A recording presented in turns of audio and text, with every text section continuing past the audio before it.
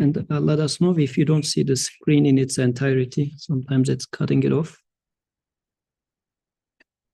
Okay.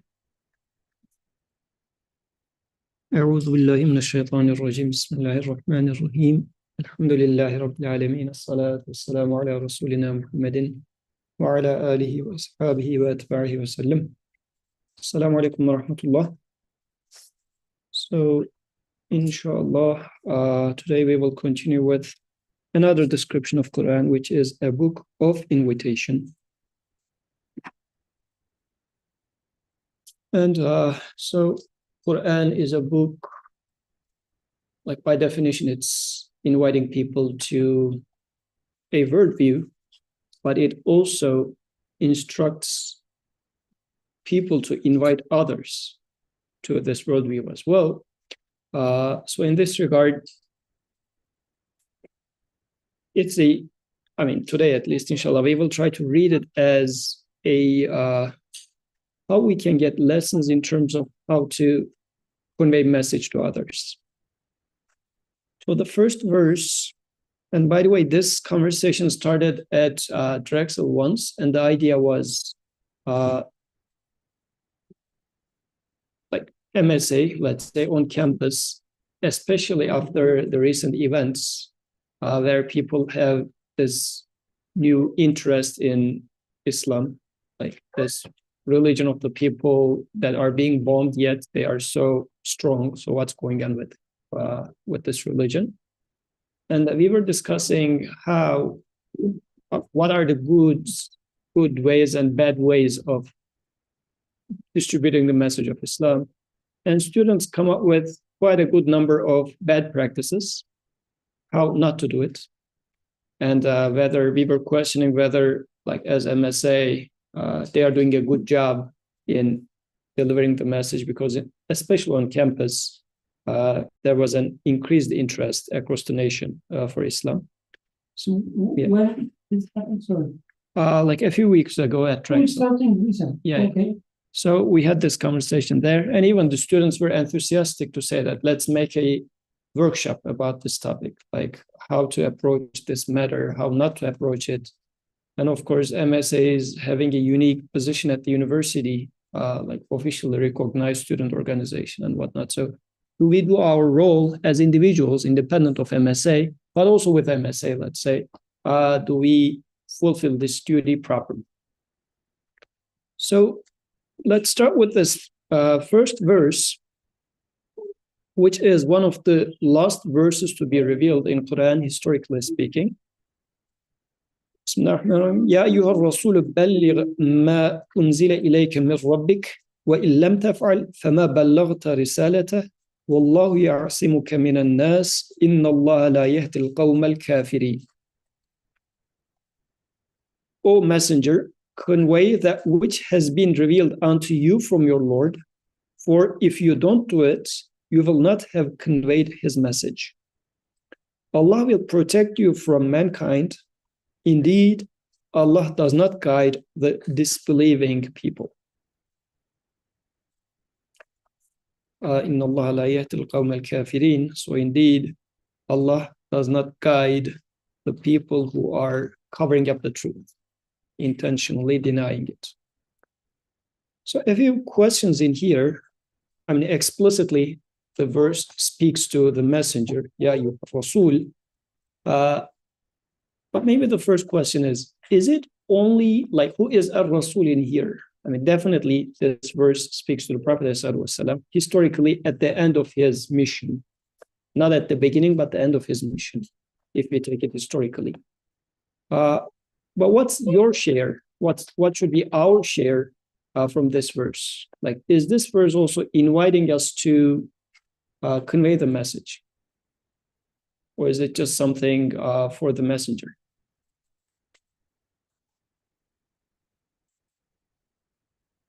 When this verse is read, do you feel like you're under some sort of an obligation? Or is it just the Creator says it to the messenger? So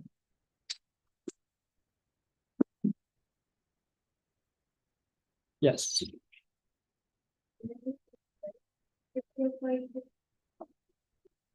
For the messenger. For the messenger. I think that way. I also recommend that I want to prepare that with the messenger. So that I do feel that's pretty cool. I'm not sure where to move forward if I think it as different. But when I think that the messenger, it makes sense because he is someone who doesn't message him, so not sharing it means it's more the message. So can we generalize the message then? Like, what is the message that you receive from your Lord? Because since it says, Mir Rabbik, the verse doesn't even say Mir Rabbil Alameen, because the message that's given to you. Like, in a sense, because human is, as starts with the very first, if you like, creation story, Adam alayhi salam story, as mentioned in Quran, human is being mentioned as a khalifa, like a vicegerent on earth. So this is like a, if, what's another nicer word for vicegerent? Is envoy is a good word, or successor? I mean, not successor of God, but somehow like some representative, maybe. I don't know. Maybe let's take it as representative. But human is the representative being sent in there. And now the Creator speaks to you. Because in the prayer, this is what we are doing when we say in Surah Fatiha, when we talk about we worship, we seek your help, we are speaking on behalf of someone at this point. It's not an individual speech. We don't say, I worship, I seek your help. So it looks like human has this comprehensive role in existence by definition. And in this position of yours, your Creator sends you some messages. What sort of messages does he send you? Before coming to Quran, what else? What other messages do you receive?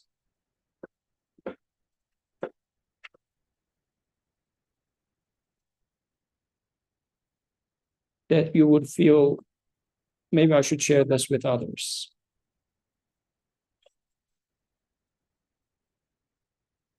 Yeah. I constantly have those sort of feelings where I get taught something maybe beneficial for me, and I feel that I want to share it with someone else before even coming to Quran, maybe. I think like just a generic example, but From your research lab, maybe? yeah, maybe this incubator is not working, and I find out when no one's here. So I want to do like, I'll tell everyone, hey, this isn't working, so don't use it. Like something like it could be any tool that I use in the lab, for example. And I guess the reason that you're publishing papers, like you receive some message and you would like to share it with people. If this message was more meaningful, I mean, not only on the horizontal level, but vertical level, meaning you receive some sign which clearly makes you realize that, oh, I have a merciful Creator who is watching over me. And then you saw another person who is upset about his Lord and saying that, oh, all bad things happen to me. Now, what would you do? Would say that, actually, no, our Creator is a merciful Creator. You know why? This is what happened to me. This is how I arrived to this conclusion. And you would like to share this with your friend. You feel this as an obligation because your friend is depressed. And you received some message which says the exact opposite of what your friend is thinking about. Says, oh, life sucks. You say, no, life is beautiful. It's a gift that is being given by my Creator for such and such and such reasons. And you share it with your friend. And if you don't share this message, how would you feel?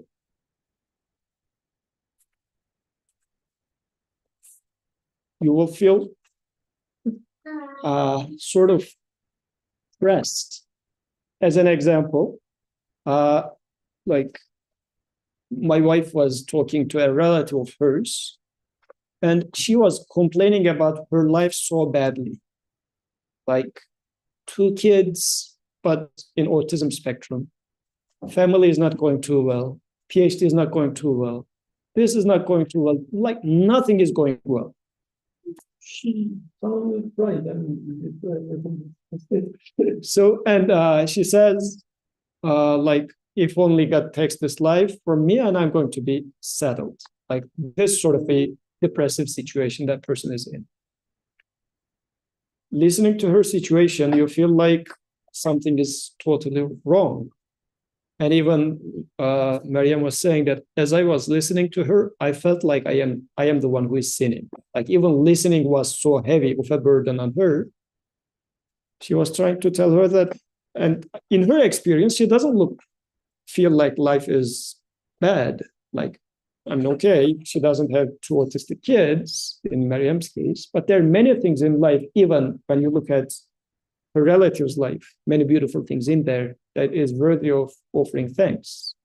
She's not just looking at them at the moment. She's preoccupied with the things that went the other way than her expectation. So, message that is revealed to you, you should share it with. So convey the message that your Lord has given to you. And you feel the urge to do so, actually. So in Prophet Muhammad Sallam's case, this is the revelation in utmost value. Like the message that comes is comprehensive and relevant to everybody else. Yes. I understand to the extent that you're convinced of the message, you feel disturbed and you want to share as if it's anything that you're so passionate about, so you have that need to share. But is it, are we actually prepared to share? Because I feel like, and easy to rely on with faith to get through a very difficult time. Even like sharing my experience with some people, it wouldn't work, like it has to be given to us. But times I've thought about like I'm not sharing it correctly because as in I don't know the benefit of it. You don't need to, but at what point do we say, because we're also learning,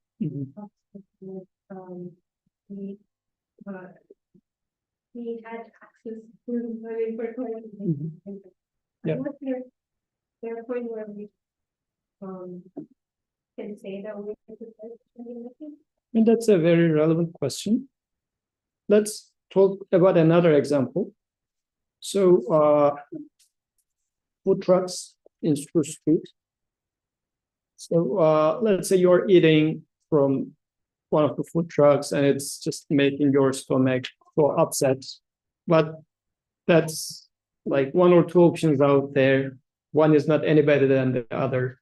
And everybody in the lab is actually complaining about the quality of foods in those available food trucks. And then you realize that actually in Walnut Street, a new food truck is opened. They said, maybe since you don't know this new food truck, somebody new came to the lab and saying that, oh, I need some food for the lunch.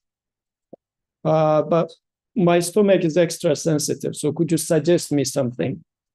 And they're explicitly talking about, oh, being extremely sensitive. Probably you wouldn't suggest a new food truck because you haven't ever even been there. Like you would say, I know the 2 in Spruce Street, they are horrible. They say there's a new one in Walnut, but I haven't been there either. If you are too sensitive, you better buy some fruits from somewhere. I mean, no tested guaranteed food truck around here. But let's say 5 days later, you said that, okay, today I'm going to go and try this new space. You went there, got the food, it's awesome.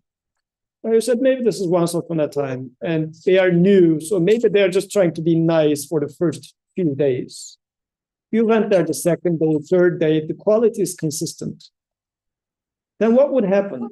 you're so sure about the quality of the food truck, you come to the lab, to everyone you would say, folks, I have been eating food for my entire life, and for the past 2 weeks have been the best of my life.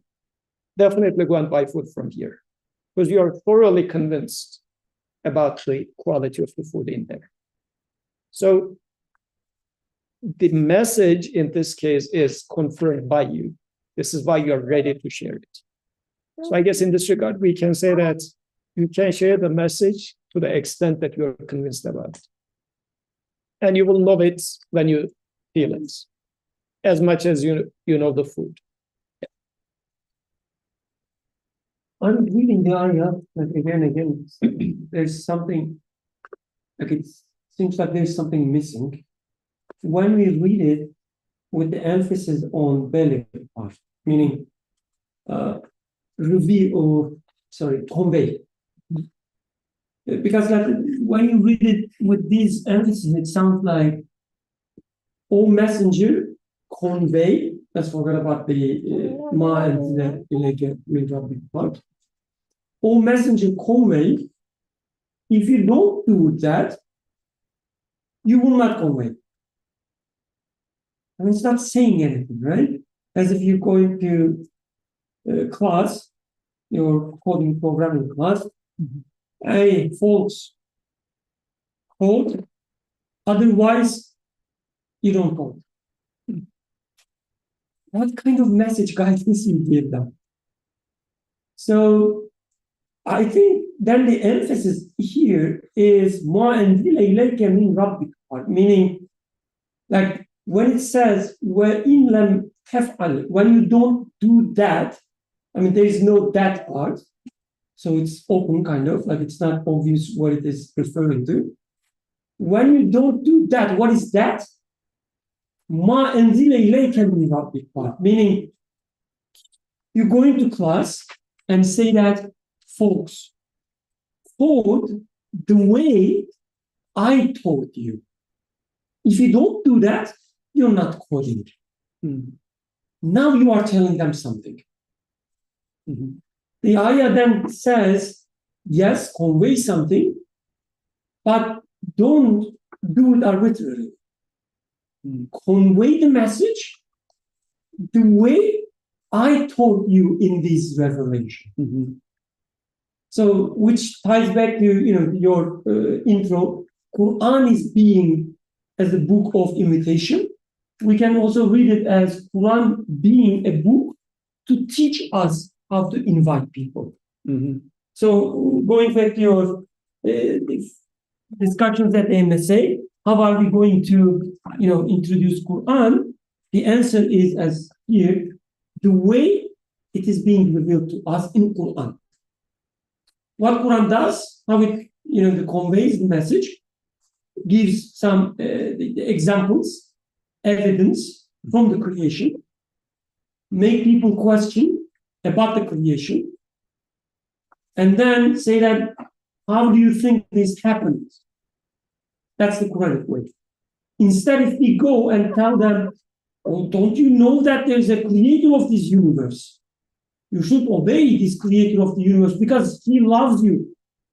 And if you betray his love, you will go to hellfire. When you do that, Quran says, you are not conveying my message. And also the emphasis, وَإِن لَمْ تَفْعَلْ فَمَا بَلَّغْتَ رِسَالَتَهُ. If you don't do, you are not conveying his message. Yes. So it's not like you're not conveying, like, it's not like you can keep it to yourself. It is saying that what is given to you is not supposed to stay with you. It is supposed to go out as well. So by hiding it, you are being irresponsible. Because the message belongs to him. It's not your, It's not something that belongs to you. Actually, this is why you know something, but you are not teaching it to others because you feel like, oh, if I teach it to others, they're going to steal my job. This is a wrong behavior. Like Islamically speaking, that's not wrong behavior. culturally speaking, in this civilization, this is the norm. You shouldn't teach it because otherwise they will steal. Like your idea will be scooped. This is how they would say when it comes to publications, right?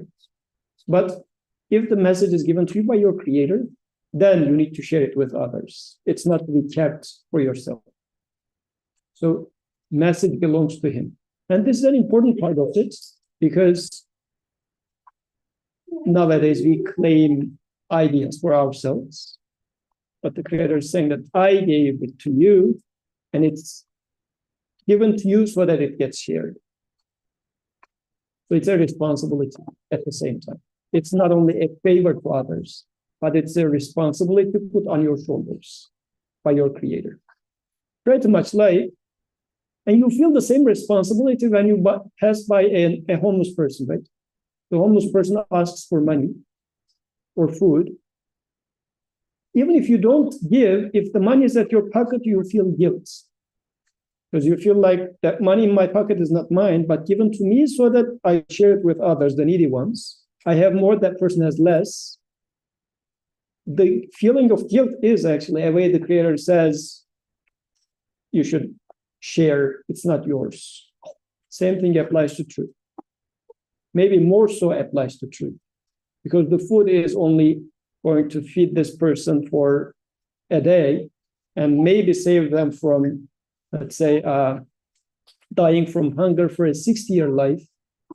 But the message that's going to be shared with this person is likely to save an eternal life. So the value of sharing the message versus like this sort of, you see a lot of web pages, a lot of fundraisings for raising the money and helping the poor for feeding their stomach. How about raising the funds, not necessarily material funds, but mindsets? People wake up, let's study, let's learn the message, and to the extent we understand and digest it, let's share it with others. Even a bigger responsibility. Zareen, you had a comment? It's gone. Sorry about that. So, but the continuation part, oh, you also had a comment, I forgot. I saw your hand at some point. No, okay. Sorry about that. So, Wallahu ya'asimuka minan nas part is also interesting. Allah will protect you from mankind. This is another worry we have when sharing the message. Like it might be that, I mean, they will harm you physically, but it might also be that they will harm you, like your reputation. Or they would say, oh yeah, you're saying this because you don't go through what I'm going through. It's easy to speak, right? It's hard to go through this, would be the response. And I'm afraid of hearing this response as if I'm not empathizing properly with this person. Was it? Yeah. Because it feels like it, right? And even sometimes you feel the burden saying that, yeah, the person is definitely going through a hardship. And I know that what I say is not going to really fit, maybe because I'm not as convinced as you were mentioning. Or sometimes I feel like, can I do more than just speaking? Like, can I lift some of their burden? This also tells about something, though. This means speaking is going to have lesser effect than paying them some money, for example. Or let's say in the example of, I mean, once I had this case with a friend of mine, which didn't have a job at the moment, had fought with his father, and the school was not finishing. And he needed to pay tuition. And he was just saying that, find me some job. Because he felt like finding the job would have been the solution of all his problems.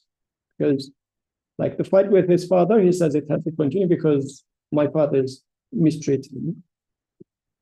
But then I don't have the means to provide him job either. So what do I do in this case? I talk, but then it feels like, I mean, once or twice talking seems to be fine, but still the problem needs to get resolved. It is the financial needs and whatnot. This is where this fear comes. Oh, my words are losing its value. As I keep speaking the same thing, and the person's expectation is that, like, let's say I say, okay, focus more on the meaning behind things, which sounds super abstract, right? And then the guy keeps hearing this and then says, okay, I open my mouth. He's again starting to talk his abstract nonsense. I need job, or I need this. So my reputation is harmed. Like, the harm in here is not necessarily only physical harm. So I'm afraid to speak what I consider to be a true message just because I'm feeling that some harm is going to be there. Yes. Another thing people who, like, oftentimes I think culturally that this is kind of like your often advice have me like and I hear people getting like, oh, just don't tell me about God. Yeah. And then there's the worry that by speaking more about faith, trying to present it with the message being viewed as that's not beneficial. Yeah, that's correct. So I guess in this regard, then, what's the answer? What would be the answer? And from there on, maybe this is where we will start saying, could it be that once the message comes to my mind, shall I speak it out, and then it's the other person's responsibility to take it serious? Or is there a proper way to convey the message as well?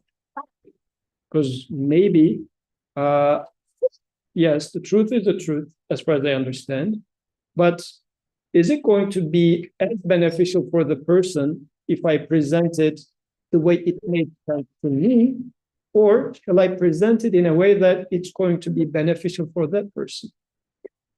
Because otherwise I cannot simply put it there and say that if you take it, you take it. Otherwise, it's your responsibility. And this is what we will be again asking from Quran to teach us, as Brother Birkan was highlighting. How shall I approach them? Because in here, this worry is real. Yes, I am worried either my reputation is going to be harmed or the message is going to get harmed if I speak it just right away. How do I do that? So, and this was, Natalia was there when we were discussing the matter in Drexel. So we were talking about doing some stuff like this. So before you came, I was just doing some background about that. Inna Allah la yahdil qawm al-kafirin.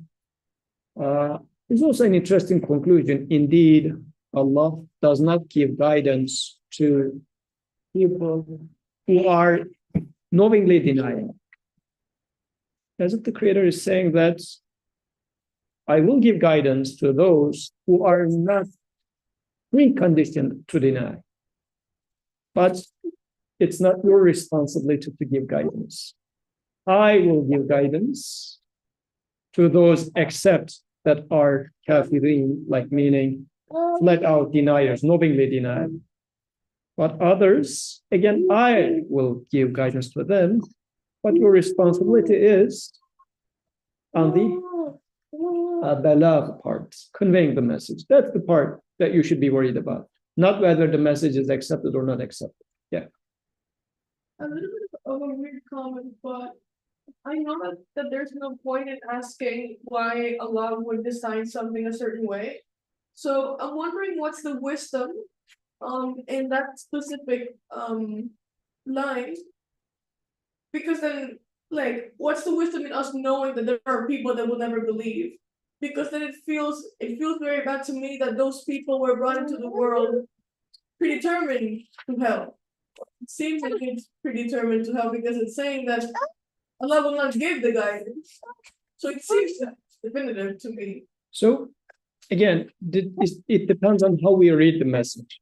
I had the same question, and actually it is at the very beginning of Surah Baqarah when it talks about three types of people. The first one is Hudan lil Muttaqin. So it starts with Muttaqin, then talks about Innal ladhina kafaru, those who deny, and then talks about Munafiqin, like the hypocrites. Three types of people. And when it talks about the deniers, it says if you invite them or do not invite them, it doesn't make any difference. They're not going to believe. When I was first reading it I was hearing it as if X person, let's call him Abu Jahl, is a denier. And this verse is saying to Prophet that, oh Prophet, this denier, no matter what you do, is not going to believe. Then if I read it as such, it feels very awkward. Because Umar was at some point a denier as well, but he accepted the message eventually. So what does this verse talk about? This verse is a guidance for you and me. It is saying that, Yusuf, you can be in one of three conditions. You can be muttaqin, a person who is God conscious of his role in this existence, and take step accordingly. And then description of what muttaqin means comes after. And so, or you can be a denier. What's a denier? A denier is a person to whom, if you tell the truth or not, it doesn't make a difference. We talked about an example before, since it's the point. Let me repeat the example again. So, yesterday, you were just wearing your clothes or taking your clothes off. There was a pen in your pocket, but you totally forgot about it. Today in the morning, you wear those clothes. And as we were working together, I say, well, Natalia, do you have a pen? You say, no, I don't. Like, are you a denier of the truth? Literally, yes, but you're not a liar. Because you don't know the pen is there. So, but if in this case, if I tell you that, oh, Natalia, I do see pen over there, you wouldn't keep denying it. It will make a difference. So, and means if you warn them or don't warn them, it doesn't make a difference. But in this case, it made a difference for you. So you're not a denier then. You are just ignorant at the moment. So it's a different description. But if you put the pen there, you know that it is there, but you don't want to give it to me. I say, well, Natalia, but I do see it there. You would say, no, it's not there. And then looking at me in the eye, you would say, no, it's not there. Like I say, it's not there, it's not there. So me making you warn or not warn wouldn't make a difference. This is a denial. So this sentence is a descriptive sentence. And now let's carry the meaning of kafir from there to here. The Creator says, I'm not going to give guidance who wants to insist on denying. And we do see the examples of this, right? Prophet makes a miracle right in front of their eyes, and they say, he's a magician. Like if you want to find an excuse, you can find an excuse. Excuse doesn't need to be logical or satisfactory. It's just an excuse, right? So, but relative to this sentence, this verse here, the significance of that part is, unless, no, not this way. Unless somebody insists on rejecting, I will be the person to guide them, the Creator is saying, but not you. Do your job, and your job being just conveying the message. Unless the person is a stubborn denier, leave it to me that I will give guidance to them. But don't take this over your shoulders either. Don't say that I will enter from this door or that door, but I will achieve its success. But sometimes it's what we do. We keep inviting and it doesn't happen. What happens? We are getting upset. What does this getting upset mean? I couldn't achieve. Like if you're upset for that person, it's a separate story. But if you're upset with yourself, that means I'm missing the point. That means I think I would have given the guidance. I couldn't. Therefore, I am not enough. Yes. So if we take the reverse of the, let's say I said, Allah guides those who are looking for guidance, or those who are muttaqin, like conscious. How we would read it? Says Allah guides those who are conscious. So if we read it as, oh yeah, there's Allah who look at people, and if you are conscious, He will guide you.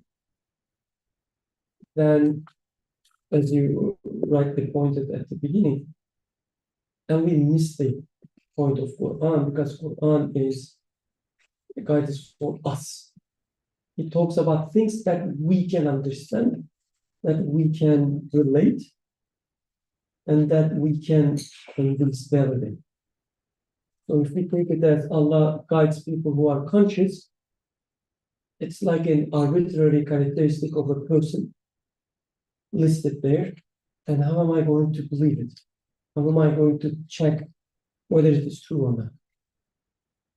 Allah is such and such a person.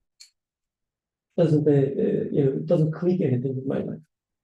Even if it was not as like a controversial as this one. So how am I going to read it then? As the brother Yusuf mentioned, Quran talks about not people, individuals, but prototypes, archetypes, like the characteristics, attitudes. Yes. The ayah says, when you are conscious, or a person around you is conscious, but first and foremost, when you are conscious, you will realize that you start seeing things that you haven't seen before. As if something is opening in front of you. When you are conscious, when you are careful, taking it serious and looking for something, it will be revealed to you. You will feel as if Ayah says this, and now you can validate this. Yeah, but this is true. This happens. And then Ayah says, now giving you something extra on top of it that you can validate. And it will teach you something new, which is when you have this revelation, it's not because you have a young mind, not because you have fresh eyes, or not because the education was great, prepared you up until this point, because it's from the one who creates you, who creates everything about you, even who creates the one like your consciousness. That's where it is coming from. And you can validate this how using this La ilaha illallah and say that like it possibly is revelation, like this like a new message that is in front of you. It's from my mind, it's from somebody else, it's from my education. You can ask these questions and say no. Now the entire message is something that you can relate to and teaching you something, because previously you thought it was because of your fresh mind. You would say, okay, because I was so mindful, I was ready to receive things. Now I receive it. Every time I'm mindful, I will receive again. You thought that I have corrected it for you. The same way when you read it the opposite, and it says, for those who denies hovering profit. When you are in such a mode, Ayah says, you will not receive any. That's, again, as you said, descriptive. This is how you live your life. This is what happens to you. It's not about some creature called Allah deciding something. Right? When you are in such a mode, you will not receive any guidance. And this decision also, not receiving any guidance, and you will ask, you can ask for instance, why this is so? How this is so? Ayah explains, because this is the way the universe operates as designed and controlled by the one who controls. It's not an arbitrary situation. It's not because your mind is not ready, because you are in a wrong mental state, and you will not receive the answer. That's what it says. So then we can confirm this as a responsibility, not only for the messenger, Prophet ﷺ, but every person in this regard is a messenger to the extent that they receive message. Any message, but also specifically revelation as well. And as it is the case with the food truck, like you feel the urge to share it because you benefited from it, you would like to share it.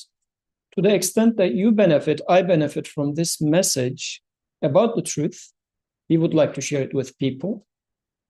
And the moment we don't share it, we feel this guilt or stress is actually a wake-up call from the Creator saying that go and share the message. Okay? So this is not the only verse. There are many other verses. These are just two more examples. I'm not going to get into details of these verses, but I wanted to emphasize this highlighted part. والمؤمنون والمؤمنات بعضهم أولياء بعض يأمرون بالمعروف وينهون عن المنكر ويقيمون الصلاة ويؤتون الزكاة ويطيعون الله ورسوله أولئك سيرحمهم الله إن الله عزيز حكيم. The believers, men and women, are protectors of one another. They enjoin what is just and forbid what is evil. يأمرون بالمعروف وينهون عن المنكر. So after talking about believers being protectors or wali of each other, the first thing that came is they enjoin what is just and forbid what is evil. And then وَيُقِيمُونَ الصَّلَاةَ وَيُؤْتُونَ الزَّكَاةَ. Salat and zakat are mentioned as description of believers after enjoining a right and forbidding evil. That's an interesting ordering of the verse. They observe regular prayers, practice regular charity, and obey Allah and His Messenger. On them will Allah pour His mercy, for Allah is exalted in power, wise. The part that I would like to emphasize here is the order. As the first description of believing men and women is, they remind each other of the truth and forbid each other from the evil. But it's not always in that order. Just to complete the picture, another verse from Surah Al-Hajj this time. الذين مكناهم في الأرض أقاموا الصلاة وآتوا الزكاة وأمروا بالمعروف ونهوا عن المنكر ولله عاقبة الأمور. They are those who, if we establish them in the land, establish regular prayer and give regular charity, enjoin the right and forbid wrong, with Allah rests the end of affairs. So in this case, like it looks like, depending on the context, enjoining the right and forbidding the evil might even change order with prayer and zakat. Because we feel like, even feeling, it's among one of the 5 pillars of Islam to do zakat and salat, super important. These two verses, by putting it before and after, is saying that conveying the message, now expanding conveying the message in terms of enjoining the good, forbidding the evil, is as important or as descriptive of what it means to be a believer. And believer, as we talked about believing, meaning having a certainty, like conviction. If I am certain about this food truck being so good, then sharing it with others. And if I'm certain about another food truck being horrible, forbidding people to go to there is a responsibility on me. I mean, responsibility in the sense that it's part of my human nature, if you like. I mean, if you see a car is passing by and a child is about to step on the street, you would like to jump and protect the child. Is it a legal responsibility? No, but it's a human responsibility that you feel urged to. Because if you were able to and you don't do it, what will happen? For the rest of your life, you will not forgive yourself. Because what does this mean? You take it as a responsibility then. Nobody put this on you. This is put on you by your creation.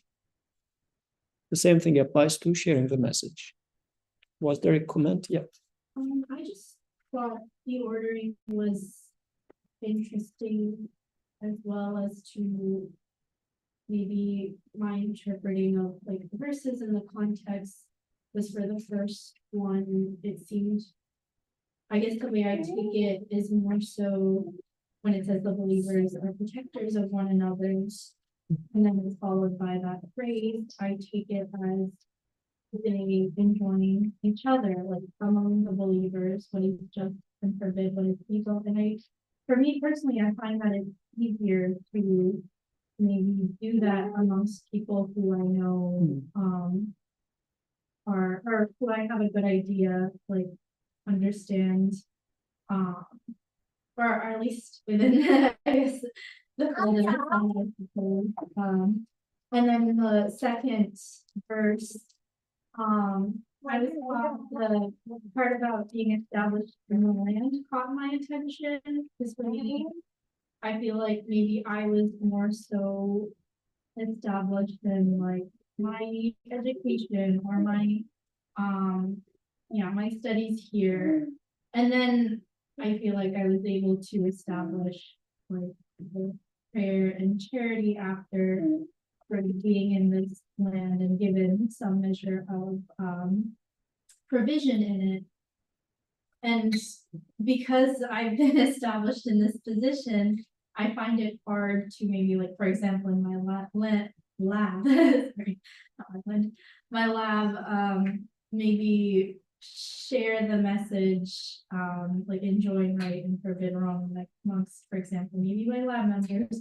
And that could also be because maybe I haven't been thoroughly convinced as well. But I just thought that order was interesting because I do feel it's easier to do among people close to me who maybe I think are Muslim versus as being established in a land where there are many different types of people and not being able to do that as easily for whatever reason.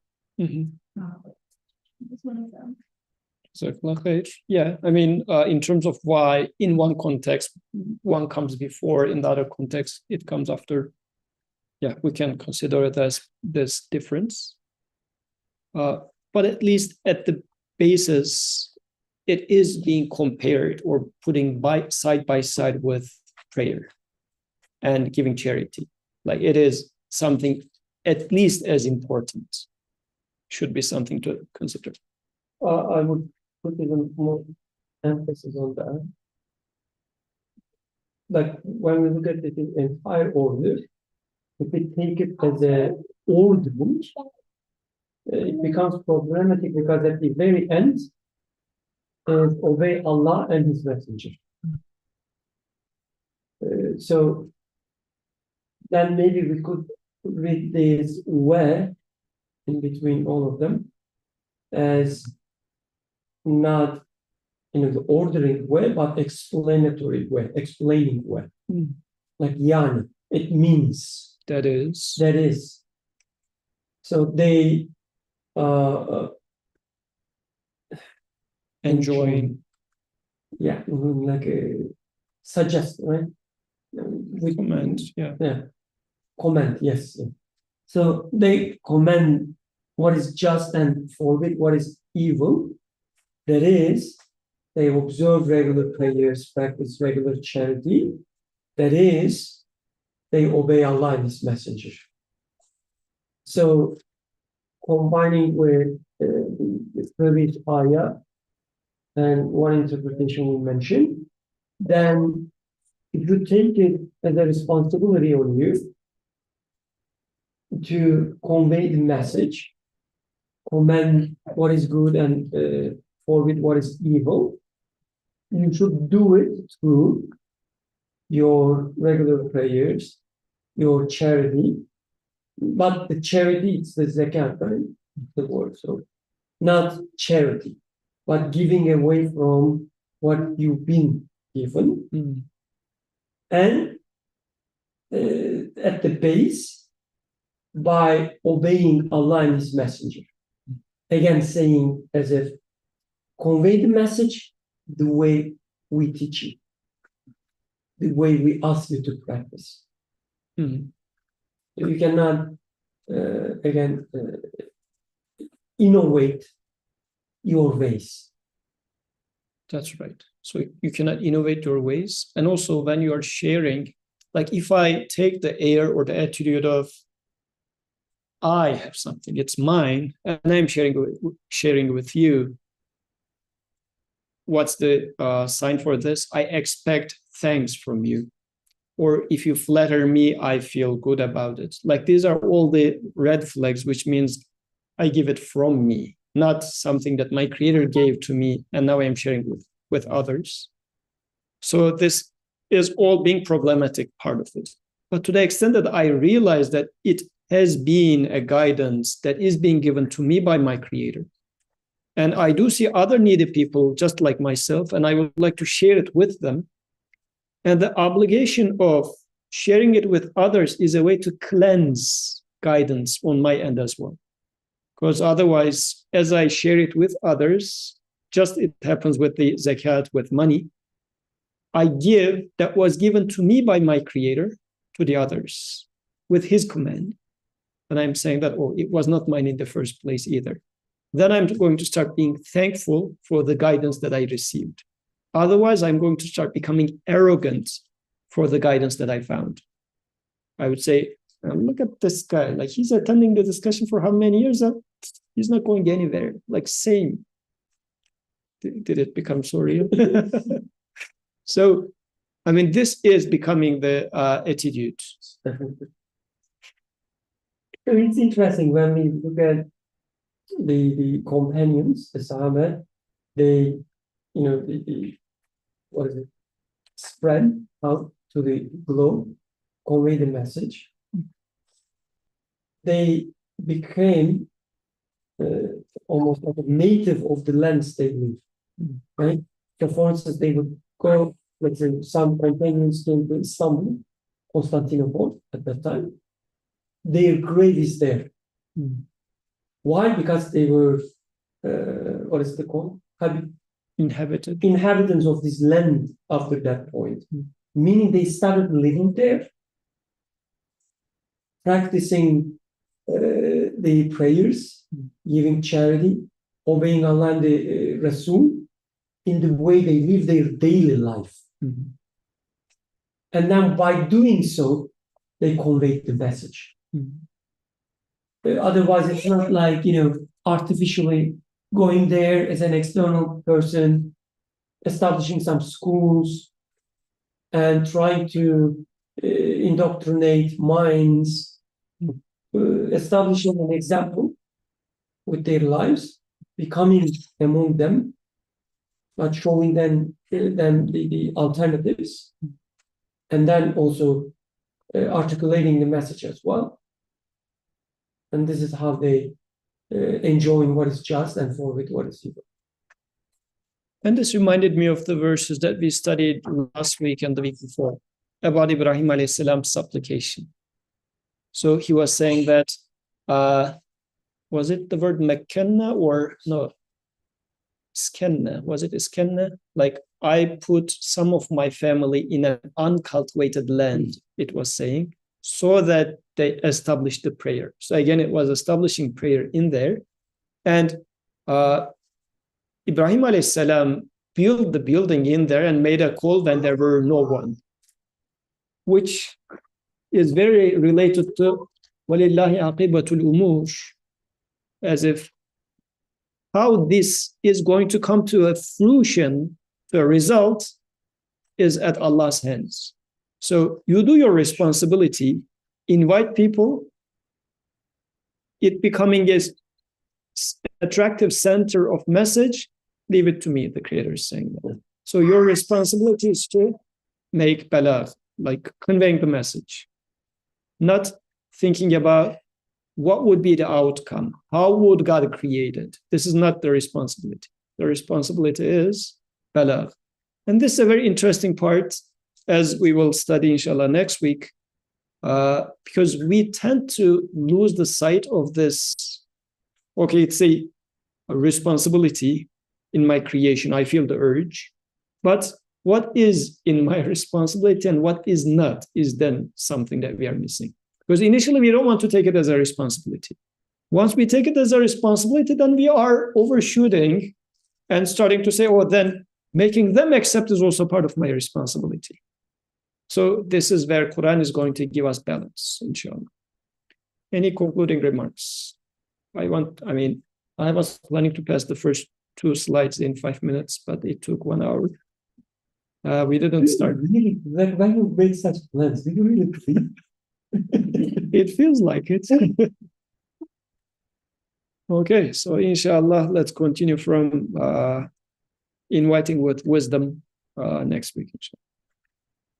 سبحانك لا علم لنا إلا ما علمتنا إنك أنت العليم الحكيم وآخر دعواهم من الحمد لله رب العالمين الفاتحة